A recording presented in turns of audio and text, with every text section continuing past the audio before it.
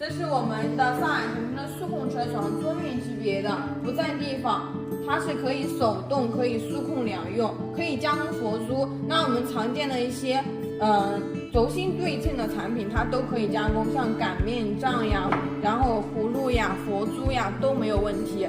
那里面机器里面呢自带500-600多种图库，可以供大家选择。那图库里面没有的，可以联系我们工程师，免费给你设计10款造型都是可以的。那我们上海同城的话，数控车床可以加工50公分的大手球都是没有问题的，都是可以定制的。感兴趣老板可以评论区留言。